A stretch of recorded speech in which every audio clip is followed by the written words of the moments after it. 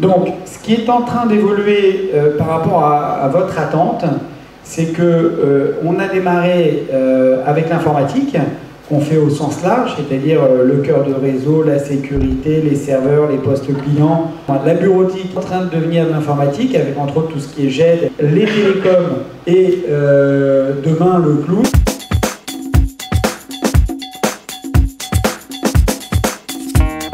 La première chose, le premier temps homme qu'on va perdre, c'est le temps de remonter la plateforme. Le RTO.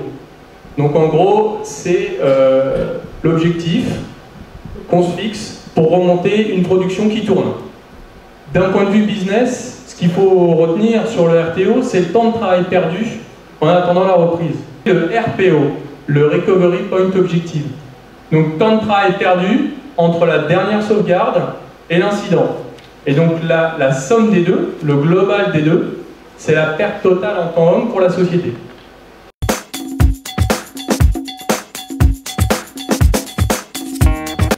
On a une BSAN HP sur laquelle on a l'ensemble des données critiques.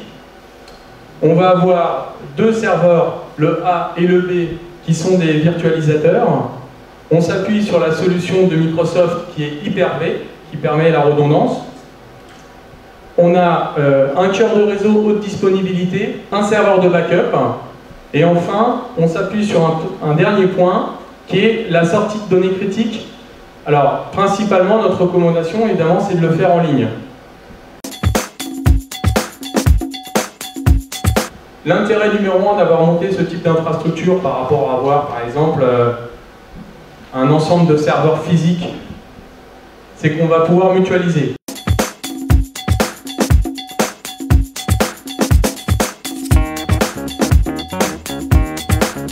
Grâce à cette infrastructure, je peux intervenir dessus sans faire de coupure.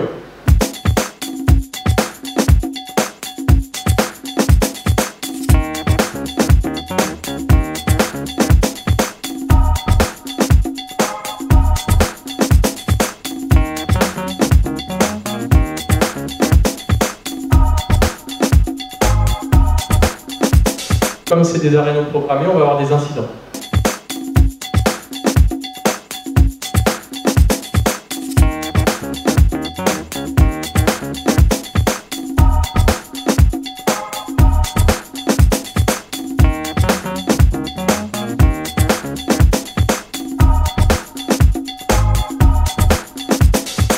J'ai perdu mon serveur A, mon serveur B et ma BSAN parce que je les avais mis dans une baie et que mon serveur de backup était peut-être à un autre endroit des locaux.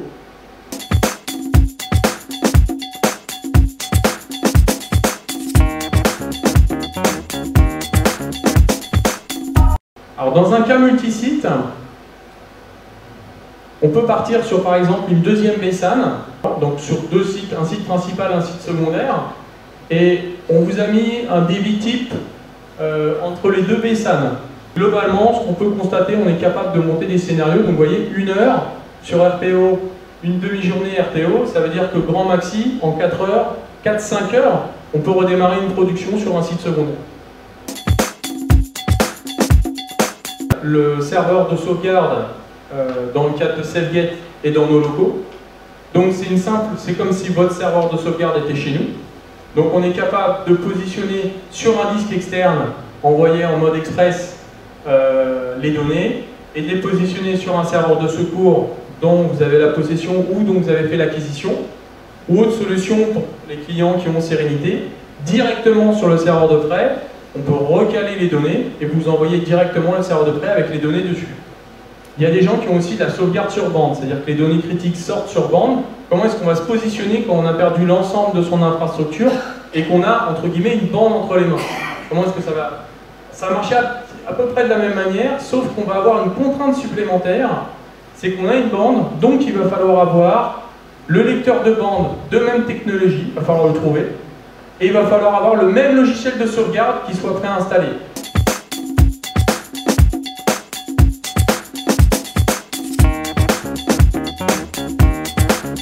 Cette année, on a a fait un gros projet de refonte de toute notre infrastructure informatique avec Oranext, puisqu'on avait diagnostiqué depuis 2-3 ans qu'on était en situation de grand risque.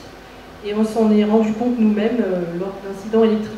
Sur les conseils en fait, d'Oranext, on leur a fait une grande confiance sur tout ça. On les a vraiment laissés nous faire sur mesure une solution qui soit la plus adaptée à nos besoins.